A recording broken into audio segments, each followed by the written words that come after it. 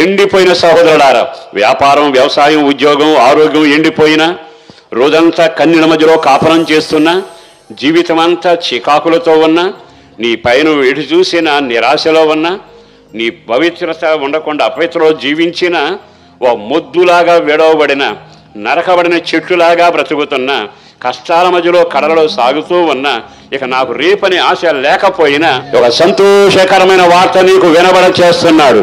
అదేమిటో తెలుసా? ఆ మొద్దు నుండి మరలా చిగురు పుట్టబోతా ఉంది. ఆ మొద్దు నుండి చిగురు పుట్టబోతా ఉంది. ఆ మొద్దులో నుంచి చిగురు పుట్టబోతా ఉంది. మరలా నీకు జీవం కలుగునగాక, నీకు మేలు కలుగునగాక, మరలా పచ్చదనం మొదలవునగాక, కృప ఆవరించునగాక, దైవ సన్నిధి మీరు అనుభవించుదురేగాక. నీరు నేను మనమని కాదు, దేశమంతటి గురించి చెప్పాడుగా.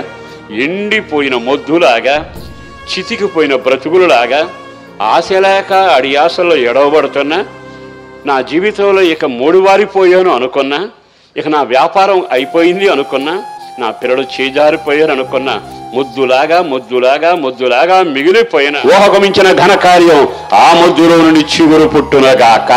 ఆశలన్నీ వడి ఆశలు అయిపోయాయిగా, ఇక నా వల్ల కాదనుకున్నావా? ఆశ కోల్పోయిన నీ స్థితిలో మరలా నీ జీవితంలో ఆశ చిగురిస్తుంది. ఎక్కడ తలదించుకున్నావో అక్కడ తల ఎత్తుకునేట్టుగా ప్రభు చేయబోతున్నాడు. ఎక్కడ నష్టపోయావో అక్కడ దేవుడు నిన్ను నిలబెట్టబోతా ఉన్నాడు.